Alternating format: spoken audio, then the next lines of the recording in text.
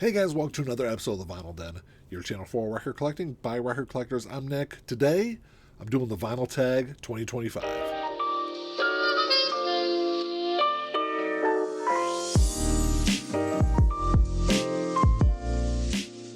There's a bunch of links down below. You got links for the Vinyl Den Facebook group, for the merch page, for the Spotify and Apple Music playlist that I put together every week, and the Patreon page. So make sure you check all that out. Like always, if you enjoyed the episode, make sure you give me a thumbs up. Hit that subscribe button down below. Make sure you hit that notification bell so you're notified every time I release new episodes. So if you're unfamiliar with these yearly vinyl tag videos that we do, these are always fun. I always enjoy doing these. It's a list of 20 questions. This year the list was put together by Edwin over the Pretty Green Vinyl Guy. I'll put a link down below to his channel and to the original video if you want to go back and check that out. I'll also put all 20 questions down below also if you want to do a video yourself. Just make sure you tag the Vinyl Tag 2025 and make sure you tag Edwin in your video also. So question number one is best purchase of 2024, old or new. I've been slowly getting into Rise Against over the last few years. So this box set came out back in 2018, and I've had my eye on it. And it's been slowly creeping up in price. It's gotten more and more expensive over the last couple of years. But I ended up finding this for a really great deal. It's got almost all their studio albums in there. So the only thing that's missing is their latest album, and a lot of their albums haven't been reissued individually in quite a few years, and are some of them are several $100s to get a copy of it. So it was definitely worth it to me to track down this box set. Question number two is 50 years later, best album from 1974. To be honest, I'm not a huge fan of 1974's music. I think there are a couple of really great albums. I think it was kind of sandwiched in between, 73 and 75 were incredible for music, but I think 74 was a little bit of a letdown, but I decided to go with It's Only Rock and Roll by the Rolling Stones. I'm a huge Rolling Stones fan, and this is an album that took me a long time to really get into. It wasn't probably until, I guess probably within the last 10 years, I started getting more into the 70s stuff. This is a great album. It's one I really enjoy. Question number three was a little hard for me. It's an album that defines a genre, and I could have went in a bunch of different directions. I decided to go with Nevermind by Nirvana, and yes, I had to doctor the album cover there, so I won't get in trouble by the YouTube police. But this is an album that not only defined grunge music in the early '90s, I think it defined the beginning of the '90s, at least the first 4 or 5 years of the '90s.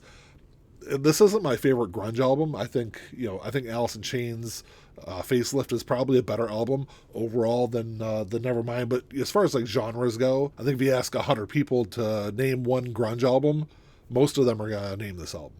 Number four is best band from your home country. And this one was kind of hard for me because I really had to think about it because I could have went in a bunch of different directions. I'm a huge fan of punk music though, so I decided to go with Ramones. Of course, they're one of the most influential punk bands of all time. They're also the band that brought punk music to the mainstream in the '70s here in the United States, and just has to be one of my favorite bands also.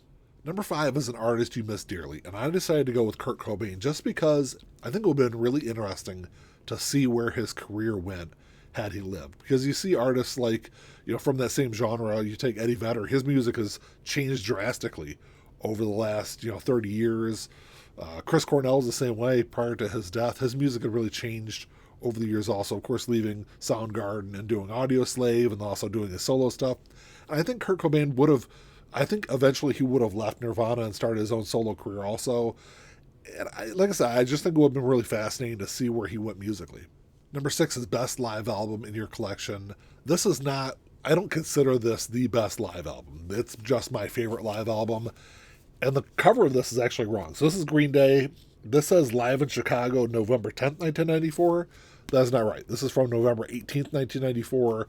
This is the performance that ended up being Jada in Chicago, which was, they played on MTV for a long time in the middle part of the 90s. And I don't know why they picked the cover art for this, because it's not even in Chicago. And looking at the background behind them, that looks like it was taken on Gilman Street, which is in California, which is nowhere even close to Chicago.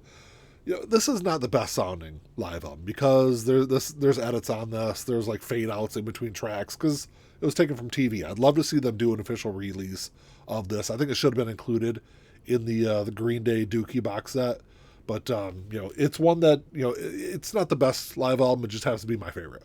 So number seven is your partner just dumped you. What album are you putting on? And I guess first off, it really depends on the relationship you're getting out of.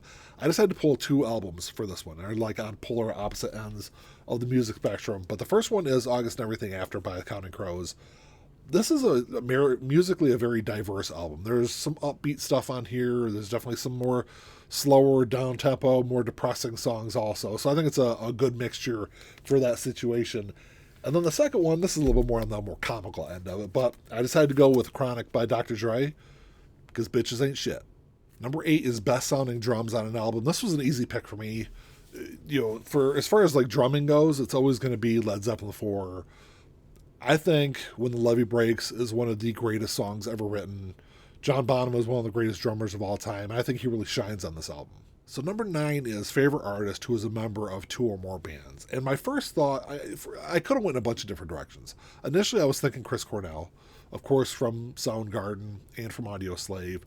I think Chester Bennington was another great pick. I could have went with Scott Weiland, but I decided to go with Tom DeLonge, who was, of course, the founding member of one of my favorite bands of all time, Blink-182, and he also was the founding member of Angels and Airways. Number 10 is a question I've thought about for a long time. Beatles or the Rolling Stones? And I have to give the edge to the Rolling Stones. Even though I think the Beatles were more influential, the Rolling Stones, I mean, it's 2024 and they're still, on tour. They released a new album last year. I just have to give them the edge just for longevity. So question 11, I kind of laughed at a little bit, and that is, you found a bag of weed, what are you going to listen to?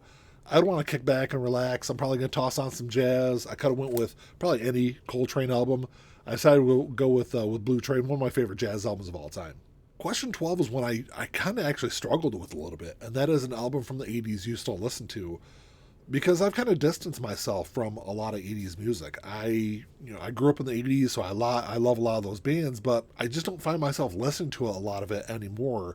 But I have been listening to a lot of Foreigner lately, so I decided to go with Age of Provocateur, which is my favorite album from the band, and one that, I probably went a good 20 years not listening to this album, and in the last probably 2 months, I've listened to it probably a dozen times. Question number 13 was actually a pretty easy one for me. It's an artist whose political stances have soured you. And my answer to that is no one, because I don't care. I don't care what the political stances are. I don't care what they do in their personal life. I've always been somebody that's been able to separate the artist from the art. And it's something I think, especially if you're going to listen to 70s music, you've got to really kind of separate yourself from a lot of the horrible stuff that they did in the 70s that was almost celebrated in a lot of the music. But, like I said, there's nothing that anyone can do that's really going to make me stop listening and enjoying their music. Question number 14 is one I actually had to put a lot of thought into, and that is show a favorite record label. And that's because I don't really pay a whole lot of attention to the record label. I decided to go with one that's very recognizable to me, and that is Blue Note. I love jazz music. I have been a big jazz fan over the last couple of years. And Blue Note is one of those labels where you see it and you instantly recognize it. So the album I got for question number 15 is one I guess I could have used for the 80s question also, because I do pretty regularly still listen to this album, but it's a run of 3 great singles. I decided to go with Born in the USA by Bruce Springsteen. Of course, Born in the USA was a huge song off of this one. Dancing in the Dark is a great song. Glory Days is another great one. It's just, you really can't go wrong with this album. I don't think it's a bad song on this one, but this is the first album that I thought of that, when I was growing up as a kid, those songs were instantly recognizable and have kept me listening to this album for, 40 years. Question number 16 is an RSD purchase that you consistently listen to. And that's something I ask every single record store day. When I'm sitting in line or when I'm trying to figure out what I'm going to buy, especially with the rising cost of records, that Better Than Ezra release for Black Friday was like $55. Is it something that I'm really going to listen to enough to justify the cost? But there is an RSD Black Friday release from 2019 that I do listen to pretty consistently, and that is Pearl Jam Unplugged. I grew up listening to this album. This is one of my favorite Unplugged performances of all time. So, of course, this is the reason that got me out to brave the freezing cold back in 2019 on Black Friday, just because I love this album so much. Question number 17 is, you can be reincarnated as any artist, dead or alive. Who's it going to be?